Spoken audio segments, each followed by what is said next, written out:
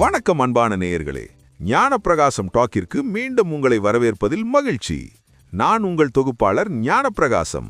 நான் உங்கள் தொகுப்பாளர் குழலினி. இந்த ஒரு ஆழமான அலசலுக்கு உங்க எல்லாரையும் ரொம்ப உற்சாகமா வரவேற்கிறேன். ஆமா, இன்னைக்கு நாம பேச போற விஷயம் ரொம்பவே ஸ்பெஷலான ஒண்ணு. கண்டிப்பா. இப்போ நீங்க இதை எந்த சூழல்ல கேட்டுக்கிட்டு இருந்தாலும் சரி, ஒருவேளை நீங்க ஆபீஸ் போயிட்டு இருக்கலாம், இல்ல வீட்ல வேலை செஞ்சுக்கிட்டு இருக்கலாம், உங்க மனசுல ஓடிட்டு இருக்கிற அந்த ஆயிரக்கணக்கான யோசனைகள்ல இருந்து ஒரு நிமிஷம் வெளியே வாங்க. கொஞ்சம் நிதானமா இந்த ஒரு மாபெரும் கேள்விய உங்களை நீங்களே கேட்டுக்கோங்க. ஆமா, இந்த ஒட்டுமொத்த பிரபஞ்சமும் எதுல இருந்து தொடங்குச்சு? நாம எங்க இருந்து வந்தோம்? இந்த தேடல் மனித குலத்தோட ஆதி தேடல். ரொம்ப சரி. இன்னைக்கு நாம எடுத்திருக்க மூலப்பொருள் இந்த கேள்விக்கான விடைய பல்லாயிரம் வருஷங்களுக்கு முன்னாடியே மிக துல்லியமா பதிவு செஞ்ச ஒரு பெரிய பொக்கிஷம். மாபெரும் சித்தரான போகர் அருளிய போகர் ஜனன சாகரம் 550 அப்படிங்கிற நூலோட 3 மற்றும் 4ஆம் பாடல்களை தான் இன்னைக்கு நாம ரொம்ப ஆழமா ஒவ்வொரு வார்த்தையா ஆராய போறோம். இது நிஜமாதே ஒரு அபூர்வமான பதிவு. பொதுவா சித்தர்கள் அப்படின்னாலே உலக வாழ்க்கையை தொடர்ந்து காட்டுல கண்ண மூடி தவம் செய்யற முனிவர்கள்னு தான் ஒரு பிம்பம் நம்ம கிட்ட இருக்கு. ஒரு மாயையான பிம்பம் அது. ஆமா, ஆனா உண்மையில பாத்தீங்கன்னா அவங்க பிரம்மாண்டத்தோட ரகசியங்களையும் அணுவோட அசைவுகளையும் ரொம்ப துல்லியமா அறிஞ்ச மாபெரும் விஞ்ஞானிகள். அவங்க கண்டுபிடிச்ச அந்த பேருண்மைகளை தத்துவங்களாகவும் பாடல்களாகவும் நமக்கு விட்டுட்டு போயிருக்காங்க. அதுவும் இன்னைக்கு நாம விவாதிக்க போற இந்த 2 பாடல்களும் ஏதோ ஒரு மேலோட்டமான பக்தி பாடல்கள் கிடையாது. கண்டிப்பா இல்ல. இது பிரபஞ்ச படைப்போட ஆதி ரகசியத்தை பேசுற அறிவியல், அப்புறம் ஆன்மீக குறிப்புகள். ஒண்ணுமே இல்லாத ஒரு பெருவெளியிலிருந்து எப்படி இந்த பருப்பொருள் உலகம் உருவாச்சு அப்படிங்கறத போகர் ரொம்ப ஆழமா விளக்குறாரு. உண்மைதான். சரி, இப்போ இத கொஞ்சம் விரிவாகவே பார்ப்போம். இன்னைக்கு நம்ம அலசல் வழக்கம் போல இருக்க போறதில்ல. ஏன்னா இது பழங்கால தமிழ். இத சும்மா மேலோட்டமா படிச்சுட்டு போறதுல எந்த ஒரு பிரயோஜனமும் இல்ல. ஆமா, அதுக்காக ஒரு இலக்கண வகுப்பு மாதிரியும் போயிடக்கூடாது. கரெக்ட். அதனால நாம ஒரு சுவாரஸ்யமான முறையை கையாள போறோம். ஒவ்வொரு வார்த்தையா பிரிச்சு அதோட ஆணிவேர் அர்த்தம் என்ன, இன்னைக்கு இருக்க நவீன காலத்துல நம்ம அதை எப்படி புரிஞ்சுக்கலாம், எல்லாவற்றுக்கும் மேல அதோட பின்னாடி இருக்கிற அந்த மாபெரும் பிரபஞ்ச தத்துவம் என்ன, இது எல்லாம் சேர்த்து விவாதிக்க போறோம். அது ஒரு நல்ல அணுகுமுறை. முதல்ல நான் போகர் ஜனன சாகரம் 550ல வர்ற 3ஆம் பாடலை முழுமையா வாசிக்கிறேன். கொஞ்சம் கூர்ந்து கவனிங்க. உரைக்கிறேனாது சித்தன் ஒருவனப்பா, ஒருவனுமே வல்லவடா, பிரம்மம் பிரம்மமும் கரைக்கிறேனதிலிருந்து கலை செறுத்து காலாகி பிரிந்துதி பிண்டமாகி நிறைக்கின்ற வாணுமது பெண்ணுமாகி நிறைவாக 16 கலைகளும் பூண்டு திரைக்கிறேன் அவள் ஒருத்தி அல்லாலில்லை தேவியுட சிருஷ்டிப்பை செப்ப கேளே. என்ன ஒரு ஆழமான வரிகள். ரொம்ப பிரம்மாண்டமா இருக்குல்ல. இப்போ இதோட முதல் வரியே நம்ம எடுத்துப்போம். உரைக்கிறேனாதி சித்தன் ஒருவன் அப்பா. இப்போ இதை நம்ம வார்த்தைகளா பிரிச்சோம்னா, உரைக்கிறேன் அப்படிங்கிற வேர் சொல்லுக்கு சொல்றேன் இல்ல வெளிப்படுத்துறேன்னு அர்த்தம் வருது. ஆமா. அடுத்து ஆதி சித்தன், அதாவது முதல் சித்தன், ஒருவன் அப்பா அப்படின்னா அங்கே ஒருவன் இருக்கிறான்னு போகர் சொல்றாரு. இதை நான் படிக்கும்போது எனக்கு என்ன தோணுதுன்னா, எந்த ஒரு படைப்புக்கும் ஒரு தொடக்க புள்ளி, ஒரு முதல் விசை இருக்கணும். அததான் அவர் ஆதி சித்தன் ஒருவன் அப்படின்னு குறிப்பிடுறாருன்னு நினைக்கிறேன். என் புரிதல் சரிதானா? முற்றிலும் சரி. நீங்க ரொம்ப சரியா பிடிச்சிட்டீங்க. இதுதான் சித்தர்கள் மரபுல ஆதி சிவன் அப்படின்னு சொல்றாங்க. படைப்போட தொடக்கத்தை பத்தி பேசுறதுக்கு முன்னாடி போகர் அந்த ஆதி மூலத்தை பத்தி முதல்ல உரைக்க தொடங்குறாரு. ஓ, அதாவது அந்த பேஸ்மெண்ட்டை ஸ்ட்ராங் பண்றாரு. எக்ஸாக்ட்லி. எந்த ஒரு சலனமும் இல்லாத எல்லையற்ற ஒரு வெறுமை அல்லது ஒரு முழுமைன்னு வச்சுக்கோங்களேன். அந்த முழுமை தான் இங்க ஆதி சித்தனா உருவகப்படுத்தப்படுது. அங்க தொடக்கமும் இல்ல, முடிவும் இல்ல, இருப்பதெல்லாம் அந்த ஒருவன் மட்டுமே. அதுதான் அவர் அடுத்த வரியில ரொம்ப தீர்க்கமா சொல்றாரு போல. ஒருவனுமே வல்லவடா, பிரம்மம் பிரம்மமும். இங்க வார்த்தைகளை கவனிச்சோன்னா, ஒருவனுமே, அதாவது அவன் ஒருவன் மட்டுமே, வல்லவனடா அப்படின்னா எல்லாம் வல்லவன், பிரம்மம் பிரம்மமும், அதாவது அந்த பரம்பொருள். ஆமா. இந்த வரியை நான் பார்க்கும்போது அங்க பல சக்திகள் கிடையாது, எந்த ஒரு பிரிவோ இல்ல இருமையோ, அதாவது டியூவாலிட்டி இல்லாத அந்த ஒற்றை பரம்பொருள் மட்டுமே ஒட்டுமொத்த வல்லமையையும் தன்னுள் அடக்கி வச்சிருக்குன்னு தோணுது. அதை தானே அவர் இவ்வளோ அழுத்தமா பதிவு செய்யறாரு. கட்டாயமா அந்த பிரம்மம் அப்படிங்கிற வார்த்தை இதுல ரொம்ப முக்கியமானது. அது வெறும் கடவுளை குறிக்கிற சொல் மட்டும் கிடையாது. அது விரிவடைகிற தன்மை கொண்ட எல்லாவற்றையும் தன்னுள் அடக்கிய ஒரு முழுமையான இருப்பை குறிக்குது. அந்த ஒற்றை பரம்பொருள் மட்டுமே அனைத்தும் செய்ய வல்லது அப்படிங்கறத நிரூபின பிறகுதான் போகர் அடுத்த கட்டத்துக்கு வராரு.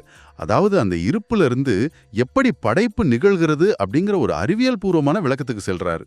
அந்த விளக்கம் தான் என்ன ரொம்பவே ஆச்சரியப்படுத்துச்சு. அடுத்த வரிய கேளுங்களேன். கரைக்கிறேன் அதிலிருந்து கலை சிறு தூக்கு. இத வார்த்தை வாரியா பிரிச்சா கரைக்கிறேன் அப்படிங்கிற சொல்லுக்கு நாம சாதாரணமா தண்ணில சர்க்கரைய கரைக்கிறத தான் நினைப்போம். ஆமா, பொதுவா அப்படிதான் தோணும். ஆனா இங்க அதோட ஆணிவேர் அர்த்தம் என்னன்னா, நான் விளக்குகிறேன் அல்லது இந்த ரகசியத்தை பகுத்து சொல்றேன் அப்படின்னு வருது. அடுத்து வர்றது அதிலிருந்து, அதாவது அந்த ஆதி மூலத்திலிருந்து. அதை தொடர்ந்து வர்ற வார்த்தை தான் ரொம்ப ரொம்ப முக்கியமானது. கலை சிறுத்து. எக்ஸாக்ட்லி. கலை சிறுத்து. கலைகள் சுருங்கி அல்லது ஒடுக்கப்பட்டு அப்படின்னு இதுக்கு அர்த்தம் எடுத்துக்கலாம். எல்லையற்ற ஒன்னா இருக்கிற அந்த மூலத்திலிருந்து விஷயங்கள் எல்லாம் சுருங்கி ஒரு சிறு புள்ளியா மாறுறதை இது குறிக்குதுன்னு நான் நினைக்கிறேன். நீங்க சொன்ன அந்த சிறு புள்ளி அப்படிங்கிற வார்த்தை தான் நவீன அறிவியலோட பெரிய திறவுகோள். இது நாம இப்போ சொல்லப்படுற பெருவெடிப்பு சித்தாந்தம், அதாவது பிக் பேங் தியரியோட ஒப்பிட்டு பார்க்காம இருக்கவே முடியாது.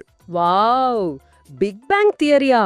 ஆமா, பிரபஞ்சம் முழுவதுமே ஒரே ஒரு மிகச்சிறிய புள்ளியில ஒரு எல்லையற்ற அடர்த்தியோட ஒடுங்கி இருந்ததா தானே இன்னைக்கு நவீன அறிவியல் சொல்லுது. சிங்குலாரிட்டி அப்படின்னு சொல்லுவாங்களே, அதுதானே? சரியா சொன்னீங்க. அதத்தான் போகர் ரொம்ப எளிமையா கலைச்சிறுத்து அப்படின்னு சொல்றாரு. அருவமா எங்கும் பரவி விரிஞ்சிருக்க அந்த ஆதி மூலத்திலிருந்து எப்படி ஒரு அளப்பரிய ஆற்றல் சுருங்கி ஒடுக்கப்பட்டு ஒரு குறிப்பிட்ட உருவமா மாறத் தொடங்குது அப்படிங்கறத அவர் விளக்குறாரு. ஒரு பிரம்மாண்டமான மரம் கண்ணுக்கே தெரியாத ஒரு சின்ன விதைக்குள்ள ஒடுங்கி இருக்கிறத போல. ஆஹா, அந்த மரமும் விதையும் ரொம்ப அருமையான ஒரு உதாரணம். அப்போ அந்த சுருங்கிய புள்ளியிலிருந்து அடுத்து என்ன நடக்குது? காலாகி பிரிந்திதி பிண்டமாகி அப்படின்னு போகர் சொல்றாரு. இதோட வேர்ச்சொற்களை பார்ப்போம். கால் ஆகி அப்படின்னா ஒரு பகுதியாகி இல்லைன்னா பிரிக்கப்பட்டுன்னு பொருள். பிரிந்து அப்படின்னா தனியாகி. அடுத்தது திதி பிண்டமாகி, அதாவது பருப்பொருளாகி இல்ல ஒரு உடலாகின்னு அர்த்தம். இது உண்மையிலேயே எனக்கு பெரிய ஆச்சரியத்தை கொடுக்குது. ஆற்றல் எப்படி பருப்பொருளா, அதாவது மாசா மாறுது அப்படிங்கறத ஒரு பிண்டமாகிங்கிற ஒரே வார்த்தையில அடக்கிடுறாரா? அதான் சித்தர்களோட அறிவை. பிரிக்கவே முடியாத அந்த ஒற்றை மூலத்திலிருந்து எப்படி படைப்புகள் பிரியுதுன்னு பாருங்க. முதல்ல அது பிரியுது. அப்படி பிரியும் போது அங்கே காலம், அதாவது டைம் பிறக்குது. ஓ, காலாகினா காலமாகிறதா? ஆமா, பின்பு அந்த ஆற்றல் குவியுது. அதுவே பருப்பொருளா, அதாவது மேட்டர், பிண்டமா உருமாறுது. வெறும் ஆற்றலா இருந்த ஒண்ணு எப்படி பருப்பொருளா மாறுது அப்படிங்கிற அந்த இயற்பியல் விதியை தான் சித்தர்கள் பிண்டம் உருவாதல் அப்படின்னு சொல்றாங்க. நம்பவே முடியல. நீங்க, நான், இந்த பூமி, நீங்க பார்க்குற நட்சத்திரங்கள் எல்லாமே ஒரு காலத்துல வெறும் ஆற்றலா இருந்து அதுக்கப்புறம் பிண்டமா மாறினவே தான். இத கேட்கும் போதே நம்மள பத்தின நம்ம பார்வையே மாறிடுது. சரி, இப்போ பிண்டம் உருவாயிடுச்சு, அடுத்தது எப்படி இயங்குது? போகர் சொல்றாரு, நிறைக்கின்ற வானுமது பெண்ணுமாகி. நிறைக்கின்ற அப்படிங்கிற சொல்லுக்கு வரிசையான இல்ல முறையானன்னு பொருள். ஆணுமது பெண்ணுமாகி அப்படிங்கிறது ஆண் பெண் என்ற இருமைகளா மாறுறத குறிக்குது. ஒரு ஒற்றை புள்ளியிலிருந்து வந்த ஒண்ணு இப்போ 2 எதிர்த்துருவங்களா பிரியுது. இது பிரபஞ்சத்தோட மிக முக்கியமான கட்டமைப்பு. பிண்டமா, அதாவது பருப்பொருளா உருவான பிறகு பிரபஞ்சத்தோட அடுத்த கட்டம் இருமை நிலை, டுவாலிட்டி. அதுவரைக்கும் ஒன்னா இருந்த சக்தி இப்போ நேர்மறை எதிர்மறை, வெளிச்சம் இருள், ஆண் பெண், சிவன் சக்தின்னு இருமைகளா பிரியுது. பாசிட்டிவ் நெகட்டிவ் மாதிரி. எக்ஸாக்ட்லி. இந்த இருமை நிலை தான் முழு பிரபஞ்சத்தோட இயக்கத்துக்கும் சுழற்சிக்கும் அடிப்படையான விசை. ஒரு பேட்டரியில எப்படி நேர்மறை மற்றும் எதிர்மறை முனைகள் இருந்தாதான் மின்சாரம் பாயுமோ, அதே போலத்தான் இந்த ஆண் பெண் இருமை பிரபஞ்சத்தையே இயக்குது. இந்த இருமை நிலை தோன்றின பிறகு பிரபஞ்சம் அதோட முழு பரிமாணத்தை அடையுது அப்படிங்கறத தான் அவர் அடுத்த வரியில குறிப்பிடுறாருன்னு கருதுறேன். நிறைவாக 16 கலைகளும் பூண்டு. நிறைவாக அப்படின்னா முழுமையாக, 16 கலைகளும் அப்படிங்கிறது 16 கலைகள் அல்லது பரிமாணங்களை குறிக்குது. பூண்டு அப்படின்னா அணிந்து இல்ல பொருந்தின்னு அர்த்தம். ஆமா, ஷோடச கலைகள்னு சொல்லப்படுற 16 கலைகளையும் பூண்டுகிட்டு இந்த பிரபஞ்சம் முழுமையா விரிவடையுது. படைப்பு அப்படிங்கிறது ஏதோ எதேச்சையா நடந்த ஒரு காரியம் கிடையாது. அது 16 கலைகளையும், அதாவது நாம வாழ்ற இந்த முப்பரிமாண உலகத்தை தாண்டி காலம், வெளி மற்றும் பல சூட்ச்ம பரிமாணங்களை உள்ளடக்கிய ஒரு பரிபூரணமான முழுமையான நிகழ்வு அப்படிங்கிறத இந்த வரி நமக்கு உணர்த்துது. இதுல என்ன ரொம்பவே ஆச்சரியப்பட வச்ச விஷயம் என்னன்னா, இதுவரைக்கும் ஆதி சித்தனும் பரம்பொருளும் ஆண்பாள்லயே தொடங்கி வந்த போகர் அடுத்த வரியில மொத்தமா திரைய விலக்கி ஒரு பெரிய திருப்பத்தை கொடுக்கறாரு. ஆமா, திரைக்கிறேனவள் ஒருத்தி எல்லால் இல்லை. இதோட வார்த்தை அர்த்தத்தை பாருங்களேன். திரைக்கிறேன் அப்படின்னா நான் திரைய விளக்குறேன், இல்ல மறைக்கப்பட்ட ரகசியத்தை உரைக்கிறேன்னு அர்த்தம். அவள் ஒருத்தி அல்லால் இல்லை அப்படின்னா அவள் ஒருத்திய தவிர வேற யாரும் இல்லைன்னு ரொம்ப ஆணித்தரமா சொல்றாரு. இதுதான் போகரோட மேதமை. இவ்வளவு நேரம் ஒரு மாபெரும் அறிவியல் தத்துவத்தை பேசிட்டு திடீர்னு அந்த சகல பிரம்மாண்டத்துக்கும் அத்தனை படைப்பிற்கும் மூலமாயிருக்கிறது அந்த பராசக்தி மட்டுமே அப்படிங்கிற உண்மையை வெளிப்படுத்துறாரு. ஆமா, அந்த அன்னை சக்தி, அதாவது பெண்பால் ஆற்றல் இல்லாட்டி இங்க எதுவுமே கிடையாது, அத்தனை இயக்கங்களுக்கும் அடிப்படை அவள்தான் அப்படிங்கிற ரகசியத்தை அவர் உடைக்கிறாரு. அப்போ இதற்கெல்லாம் என்ன அர்த்தம்? அவர் முடிக்கும்போது தேவியோட சிருஷ்டிப்பை செப்ப கேளே அப்படின்னு சொல்றாரு. அதாவது தேவியோட, அந்த தேவியின் சிருஷ்டிப்பை, படைப்பை செப்ப கேளே, நான் சொல்ல கேள். முழு பிரபஞ்சமும் ஒரு பெண்மையோட படைப்பு, அந்த தேவியின் சிருஷ்டின்னு அவர் இந்த பாடலை முடிக்கிறது அடுத்ததா என்ன சொல்ல போறாருங்கிற ஒரு மாபெரும் எதிர்பார்ப்பு நமக்கு ஏற்படுத்துது. கண்டிப்பா. ஆனத்தாலே கெடியாகத்தான் பிரிந்த மூலம் பார்த்து ஆழப்பா வந்த ஒரு மூலத்தாலே வழகாக சிருஷ்டித்தாள் ஒருவனைத்தான் வாழப்பா ஒருவனும் தான் வஞ்சகத்தால் வந்த வழி சொல்லுமென்றான் வாழையைத்தான் பாரப்பா ஒருவனுமே இல்லை பிள்ளை பரம்பிரம்ம மூலத்தால் பிறந்தேன் பாரே. ரொம்ப அழகான வரிகள். இதோட வரிய பார்ப்போம். கேழப்பாவ உடைய தியானத்தாலே. கேழப்பா அப்படின்னா கேட்பாயாக, அவளுடைய அப்படின்னா அந்த தேவியின், தியானத்தாலே அப்படின்னா தவத்தினால் இல்ல ஆழ்ந்த எண்ணத்தால்னு பொருள். அதாவது இந்த பிரபஞ்ச படைப்பே ஒரு ஆழ்ந்த தியானத்திலிருந்து தொடங்குச்சுன்னு போகர் சொல்றாரு. இத நம்ம கொஞ்சம் பெரிய கண்ணோட்டத்துல இணைச்சு பார்த்தோம்னா, படைப்பு அப்படிங்கிறது ஏதோ எதேச்சியா நடந்த ஒரு பௌதீக நிகழ்வு, அதாவது பிசிக்கல் ஈவெண்ட். ஓகே. வேற என்னவா இருக்கும்? அது அந்த பராசக்தியோட ஆழ்ந்த தியானத்துல உதித்த ஒரு பெரும் எண்ணம், ஒரு கான்ஷியஸ் தாட். அவளோட தபத்தின் விளைவால தான் இந்த சிருஷ்டி, அதாவது உருவாக்கம் தொடங்குது. இதிலிருந்து நாம உணர்றது என்னன்னா, பிரபஞ்சத்துல எந்த ஒரு மாபெரும் செயலுக்கும் படைப்புக்கும் அடித்தளம் அப்படிங்கிறது ஆழ்ந்த மனக்குவிப்பும் தியானமும் தான். எவ்வளோ அற்புதமான சிந்தனை அது. அடுத்தவர் சொல்றாரு, கெடியாகத்தான் பிரிந்த மூலம் பார்த்து. இதோட ஆணிவேர் வார்த்தைகளை கவனிச்சோன்னா, கெடியாக அப்படின்னா ரொம்ப உறுதியா இல்ல திடமான பொருள். பிரிந்த அப்படின்னா பிரிந்து வந்த. மூலம் பார்த்து அப்படின்னா அந்த ஆதாரத்தை கண்டு. தியானத்துல இருந்த அந்த தேவி தன்னிலிருந்து பிரிஞ்சு வந்த அந்த மூல சக்தியை காண்கிறாள். எப்படி ஒரு ஒளியிலிருந்து பிரகாசமான கதிர்கள் பிரியுதோ அப்படி அவளுக்கிட்ட இருந்து பிரிந்த அந்த மூல ஆதாரத்தை அவள் மிக உறுதியா பார்க்கிறாள். அது அவளோட ஆற்றலோட நீட்சி. அந்த நீட்சிய வச்சு அவ என்ன செய்யறா அப்படிங்கறது அடுத்த வரிகள் நமக்கு சொல்லுது. ஆழப்பாவந்தொரு மூலத்தாலே வழகாக சிருஷ்டித்தால் ஒருவனைத்தான். ஆள் அப்பா அப்படின்னா ஆட்சி செய் இல்ல நிர்வகின்னு பொருள். அந்த ஒரு மூலத்தாலே அப்படின்னா அந்த ஒற்றை ஆதாரத்தை கொண்டு அழகாக, அதாவது நேர்த்தியாக, சிருஷ்டித்தாள் அப்படின்னா படைத்தாள், ஒருவனைத்தான் அப்படின்னா ஒரு ஜீவனை அல்லது உயிரை படைத்தாள். இது ரொம்ப நுட்பமா இருக்கு. அந்த தேவி தன்கிட்ட இருந்து பிரிந்த ஒற்றை மூலத்தை கொண்டு ரொம்ப நேர்த்தியா ஒரு முதல் உயிரை இல்ல ஒரு உணர்வுள்ள ஜீவனை படைக்கிறாள். நான் சொல்றது சரிதானே? சரியா சொல்லிங்க. இதுதான் அந்த ஆதிசக்தி கிட்ட இருந்து வெளிவந்த முதல் நேரடி படைப்புன்னு சொல்லலாம். தன்னிலிருந்து பிரிஞ்சு வந்த அந்த ஒற்றை மூலத்தை கொண்டே இனி வரப்போற ஒட்டுமொத்த பிரபஞ்சத்தையும் ஆள முடியும் அப்படிங்கிற சூட்ச்மத்தை தேவி கையாள்றான். வாவ்! எத்தனை பன்முகத்தன்மை, அதாவது டைவர்சிட்டி இருந்தாலும் அனைத்தையும் ஆடுற சக்தி அந்த ஒரு மூலத்துல தான் இருக்கு. அதனால அவளை ரொம்ப அழகா அந்த முதல் ஜீவனை உருவாக்குறான். இங்கதான் விஷயமே ரொம்ப சுவாரஸ்யமாகுது. அப்படி படைக்கப்பட்ட அந்த ஜீவனுக்கு என்ன ஆகுதுன்னு பாருங்க. வாழ்பா ஒருவனும் தான் வஞ்சகத்தால். இந்த வரியோட வார்த்தைகள் என்ன ரொம்பவே சிந்திக்க வச்சுது. வாழ் அப்பா அப்படிங்கிற வார்த்தைக்கு ஒளிரும் பிரகாசமான இல்ல கூர்மையானன்னு பொருள் எடுத்துக்கலாம். ஒருவனும் தான் அப்படிங்கிறது அந்த படைக்கப்பட்ட ஒருவனை குறிக்குது. கரெக்ட். ஆனா அடுத்த வர்ற சொல் வஞ்சகத்தால், அதாவது மாயையால் இல்ல அறியாமையால்னு பொருள். ஒளிரும் தன்மை கொண்ட அந்த முதல் ஜீவன் மாயையில சிக்கிறாங்கன்னு போகர் சொல்றாரா? நிச்சயமா. அந்த முதல் ஜீவன் அதீத ஆற்றலும் வாழ் போன்ற ஒளியும் பொருந்தியவன் தான். ஆனா படைக்கப்பட்ட உடனே அவனுக்குள்ள ஒரு அறியாமை, அதாவது மாயை சூழ்ந்துக்குது. அது ஒரு வஞ்சகத்திரை.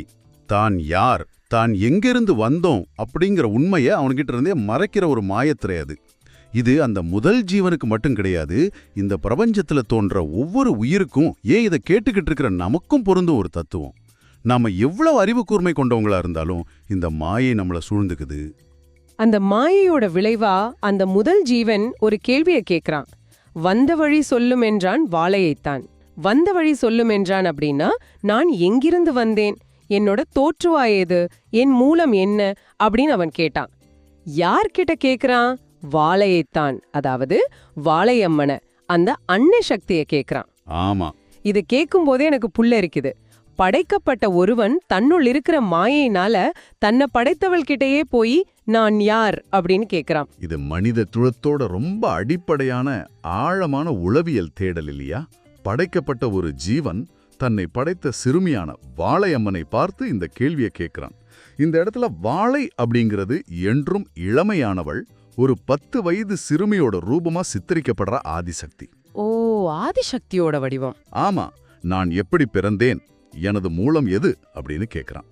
மனிதனோட அத்தனை அறிவியல் தேடல்களுக்கும் தத்துவ விசாரணைகளுக்கும் இதுதான் ஆதிப்புள்ளி. நாம எல்லாருமே அந்த முதல் ஜீவன் கேட்ட அதே கேள்வியை தான் இன்னைக்கு வரைக்கும் வெவ்வேறு வடிவங்கள்ல கேட்டுக்கிட்டே இருக்கோம். பிரமாதம். இந்த கேள்விக்கு அந்த வாழைத்தாய் என்ன பதில் சொல்றான்னு பாப்போம். பாரப்பா ஒருவனுமே இல்லை இல்லை. இந்த வார்த்தைகளோட எளிமையையும் ஆழத்தையும் பாருங்க. பார் அப்பா அப்படின்னா பார்த்துக்கொள் இல்ல உணர்ந்துகொள். ஒருவனுமே இல்லை இல்லை அப்படின்னா வேறு யாரும் இல்லைன்னு அவ கூறுறா. இத அவ ஏன் 2 முறை இல்லை இல்லை அப்படின்னு அழுத்தி சொல்றா? நீ வெளியிலயோ இல்ல வேற எங்கேயுமோ தேட வேண்டாம், இங்க வேற யாருமே கிடையாது, எல்லாமே நானே, எனக்குள்ளிருந்து தான் எல்லாம் வந்துச்சு அப்படிங்கிற அந்த மாபெரும் தத்துவத்தை அந்த வாழைத்தாய் அவனுக்கு உணர்த்துறான். 2 முறை அழுத்தி சொல்றது மூலமா இருப்பதே அந்த ஒரே ஒரு பரம்பொருள் தான். அங்க நான் நீ அப்படிங்கிற அந்த இருமைக்கே, அதாவது டிவாலிட்டிக்கு இடம் கிடையாது. இருப்பதெல்லாம் அந்த ஒன்னு தான் அப்படிங்கறது அவள் அறுதிக்கு கூறுறான். மாயில சிக்கு தவிக்கிற ஒருவனுக்கு அந்த மூல பரம்பொருளே நேரடியாக தெளிவ தருது. அதையதான் அவள் இறுதி வரியிலையும் உறுதிப்படுத்துறா. பரபிரம்ம மூலத்தாள் பிறந்தேன் பாரே. பரபிரம்மம் மூலத்தாள், அதாவது அந்த எல்லையற்ற பரம்பொருளோட ஆதாரத்திலிருந்து பிறந்தேன் பாரே, அதாவது நான் தோன்றினேன் அறிவாயாக அப்படின்னு உரைக்கிறா. நீ வேறெங்கும் இருந்து வரல, எல்லையற்ற அந்த பரபிரமத்தோட மூலத்திலிருந்து தான் நீயும் தோன்றியிருக்க, நானும் அதிலிருந்து தான் வந்துள்ளேன் அப்படிங்கிற அந்த பேருண்மையை அவள் உணர்த்துறா. ஆமா, பிரபஞ்சத்தோட முழுமையான ரகசியத்தை, அதாவது நாம எங்கிருந்து வந்தோம் அப்படிங்கிற அந்த தேடலுக்கான இறுதி விடைய போகர் இந்த வரியில முடிச்சுடுறாரு. அந்த ஆதி மூலத்தை தவிர இங்க வேற எதுவுமே இல்ல அப்படிங்கிற அந்த அத்வைத நிலைதான் இது. நான் டுவாலிட்டின்னு சொல்லுவாங்களே அது. ஆஹா, நாம எங்க தொடங்கணும், இப்ப எங்க வந்திருக்கோம் பாருங்க. 3ஆம் பாடல்ல எந்த சலனமும் இல்லாத ஆதி சித்தன்ல தொடங்கி, அது எப்படி புள்ளியா சுருங்கி காலம் பிறந்து பிண்டமா மாறி ஆண் பெண் என இருமைகளா பிரிஞ்சு 16 கலைகளை கொண்டு விரிவடைஞ்சு ஒரு தேவியோட மாபெரும் சிருஷ்டியா மாறுச்சு அப்படிங்கறத வார்த்தையா பார்த்தோம். ஆமா, அதுக்கப்புறம் 4ஆம் பாடல்ல அந்த படைப்பிலிருந்து வெளிவந்த ஒளிரும் முதல் ஜீவன் மாயையில சிக்கி தன் படைப்பாளியான வாழையிட்டையே தன் தோற்றம் பத்தி கேட்டதையும், அதுக்கு அவ இங்க வேறு யாரும் இல்ல, எல்லாம் அந்த பரபிரம மூலமே அப்படின்னு கொடுத்த விடையும் ரொம்ப ஆழமா அலசணும். ரொம்ப தெளிவா தொகுத்துட்டீங்க. இப்போ இத கேட்டுக்கிற உங்களை பார்த்து நான் கேக்குறேன், தகவல் பெருக்கத்துல சிக்கி தவிக்கிற இந்த நவீன உலகத்துல வாழ்ற நீங்க என்றைக்காவது ஒரு நாள் உங்க தோற்றம் எது, உங்களோட மூலம் எது அப்படின்னு இவ்ளோ ஆழமா சிந்திச்சது உண்டா? நாமும் அந்த முதல் ஜீவனை போல மாயையில சிக்கி தவிச்சுக்கிட்டு தான் இருக்குமா? இது ரொம்ப ஒரு முக்கியமான கேள்வியை எழுப்புது. படைக்கப்பட்ட ஒருவன் மாயையினால தன்னை படைத்தவள்கிட்டயே நான் வந்த வழி என்ன அப்படின்னு கேட்கறான்னா, இன்னைக்கு பிரபஞ்ச ரகசியங்களை ஆராயிற மனிதனோட விஞ்ஞான தேடலும் அந்த முதல் படைப்போட கேள்வியும் ஒண்ணுதானே? கண்டிப்பா. இன்னைக்கு தொலைநோக்கிகளை வச்சுட்டு போய் பெருவெடிப்போட அதாவது பிக் பேங்கோட ஆரம்பத்தை தேடுற விஞ்ஞானிகளும் அந்த ஆதி காலத்துல அன்னை வாழையிட்ட நான் யார் அப்படின்னு கேட்ட அந்த முதல் ஜீவனும் வேற வேற கிடையாது. நீங்க இன்னைக்கு பார்க்குற பிரபஞ்ச கண்டுபிடிப்புகள் எல்லாமே அன்னை வாழையிடம் கேட்கப்பட்ட அந்த முதல் கேள்வியோட தொடர்ச்சி தானோ? நாம இன்னைக்கும் அந்த வந்த வழி எது அப்படிங்கிறது தான் வெவ்வேறு பேர்களை தேடிக்கிட்டு இருக்கோமா? என்ன ஒரு சிலிர்ப்பான ஆழமான சிந்தனை. பல 100 வருஷங்களுக்கு முன்னாடியே ஒரு சில வார்த்தைகளுக்குள்ள இத்தனை பெரிய பிரம்மண்ட ரகசியத்தை, அறிவியலை, தத்துவத்தை கணிச்சு சொன்ன சித்தர்களோட அறிவாற்றலை நினைச்சா உண்மையிலேயே மலைப்பா இருக்கு. இந்த தேடலும் இந்த சிந்தனையும் உங்களுக்குள்ள ஒரு புதிய திறப்பை ஏற்படுத்தியிருக்கோன்னு நம்புறேன். இந்த ஆழமான சிந்தனையோட இன்னைக்கு நம்ம அலசலை நாம நிறைவு செய்வோம். உங்களுக்காக இவ்ளோ நேரம் இந்த தகவல்களை பகிர்ந்துக்கிட்டதுல எங்களுக்கும் ரொம்ப ரொம்ப மகிழ்ச்சி. மீண்டும் ஒரு சுவாரஸ்யமான தேடலோடு உங்களை சந்திக்கிறோம். நன்றி. நன்றி. உங்கள் அகத்தேடல் தொடரட்டும்.